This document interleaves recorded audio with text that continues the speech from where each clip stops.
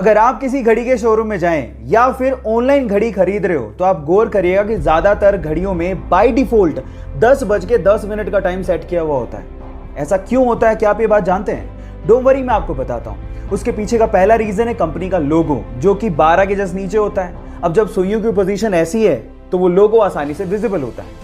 दूसरा रीजन है डेट, जो कि 3 के पास होती है। अब जब सुइयां ऐसे हैं तो आसानी से डेट भी दिखेगी।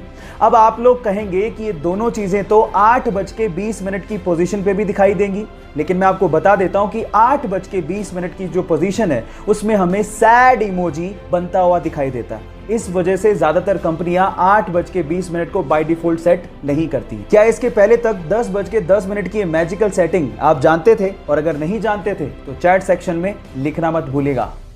इन रीसेंट ईयर्स में इंडियन सिनेमा की दो ऐसी मूवीज जिसे देखने के बाद आपको इंडियन सिनेमा पे प्राउड फील होगा और ये आने वाले समय में इंडियन सिनेमा की मास्टरपीस कहलाएंगी। नंबर 1, 2018 में रिलीज हुई तुम्बाड़, जिसे डायरेक्ट किया था आनंद गांधी ने। एंड नंबर 2, 24 जून 2020 को यानी कि कल ही रिलीज हुई बुलबुल, जिसे देखने के बाद आपके रोंगटे खड़े हो जाएंगे, जिसे डायरेक्ट किया है अवनीता दत्ता ने और स्पेशली जिसमें तृप्ति दिमरी का काम देख के आप लोग हैरान रह जाओगे। अगर आप लोगों ने अभी तक भी ये मूवीज नहीं देखी हैं तो आप बहुत बड़ा ट्रेजर मिस कर रहे हो, और अगर देख ली हैं तो चैट सेक्शन में लिख के जरूर बताओ कि ये मूवीज आपको कैसे लगी। हमारे देश की राष्ट्रभाषा हिंदी है, ये तो आप जानते हैं, लेकिन मेरा सवाल यह है कि इस पूरी दुनिया में और कौन सा देश है जिसकी राष्ट्रभाषा हिंदी चुनी गई है? क्या आप जानते हैं? डोंट वरी, मैं आपको बताता हूं। वो देश है फिजी। एक्चुअली ब्रिटिश शासन में फिजी में गन्ने की फसलों में मजदूरी करने के लिए भारतीयों को ले जाया जाता था। अब उन मजदूरों के वंशज, जिन्हें हम इंडो फिजियन भी कहते हैं, उनकी तादाद वहां पर 40% के करीब है और वो सभी के सभी हिंदी बोलते हैं। इसी वजह से वहां की भाषा हिंदी ही है।